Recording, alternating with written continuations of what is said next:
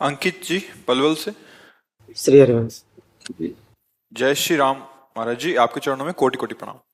प्रभु जी, मेरा प्रश्न ये है कि क्या हम अपने दिमाग को इतना तेज कर सकते हैं कि कोई भी चीज को एक बार सुने फिर उसे कभी ना भूलें? ब्रह्मचर्य, ये ब्रह्मचर्य से हो सकता है, और तो इतनी सामर्थ्य नहीं है।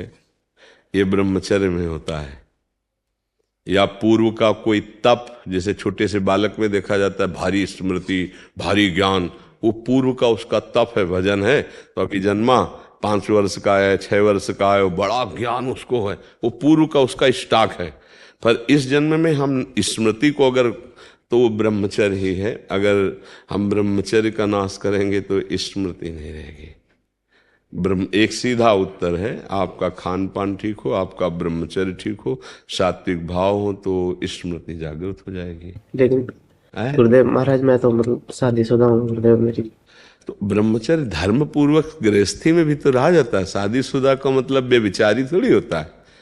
देखो, जो शास्त्रीय पद्धति है तो संतानोत्पत्ति के लिए आदेश है, उसको नियम पूर्वक अगर निर्वाह किया जाए तो एक पत्नी व्रत रखने वाला, धर्म से चलने वाला, और वैसे शास्त्रीय पद्धति प्रत्येक मासिक धर्म के बाद, जो 10 दिन के बाद संतानोत्पत्ति के निमित्त समस्त देवताओं और भगवान को नमस्कार करके वो गृहस्थ ब्रह्मचारी में, तो उसमें स्मृति की, देखो स्मृति का नाश एक काम ही कर देता है।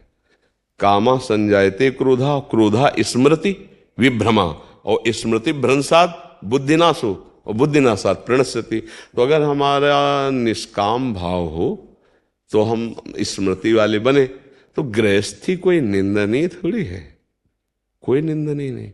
देखो, हम जब शास्त्रों में पढ़ते हैं तो गृहस्थ जनों ने, जिनके बड़े बड़े धर्मात्मा संतानें हुई, उनकी बात, काफी दिनों तक ब्रह्मचर्य रह करके संयम से फिर गर्भाधान हुआ और फिर ब्रह्मचर्य से रहे, तो उनकी संतानें बड़ी प्रज्ञावान, बड़ी विवेकवान धर्म।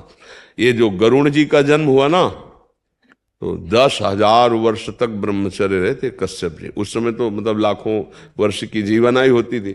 10,000 वर्ष तक ब्रह्मचर्य रह करके, और जब विनता जी के गर्भ में, तो फिर उनसे भगवान गरुण जी का प्रादुर्भाव, महाबली गरुण जी, और एक छोटे बड़े पुत्र अरुण जी, वो सूर्य भगवान के सारथी बने। कई हमने ऐसे ब्रह्मचर्य रहकर नाम जप करते हुए धर्म से चले, और फिर संतान, तो उससे फिर अब पशुवत आचरण तो कहीं आदेश नहीं किया गया है।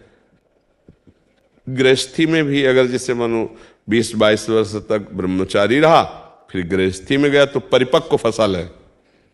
जैसे गेहूं गलेथ में हो, काट ले तो एक दाना नहीं मिलेगा, और परिपक्व फसल हो जाए तो कुंतलों अनाज सालों खाते रहो, ऐसा अनाज पैदा हो जाए। तो ऐसे वीर भी परिपक्व होता है, ब्रह्मचर्य भी।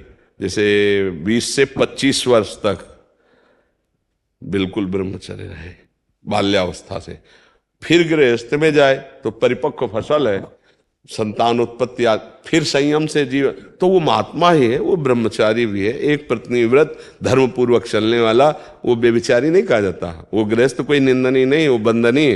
अब हम लोग पैदा कहाँ हुए? गृहस्थों से ही तो ये ना। कोई भी परम बड़े बड़े परमहंस कहाँ पैदा हुए? धन्य है वो माता पिता, वो भी तो गृहस्थी में थे, जिनके बड़े बड़े महापुरुष प्रकट हुए। तो क्या गृहस्थी कोई निंदनीय बात थोड़ी है? अगर बच्चा संयम से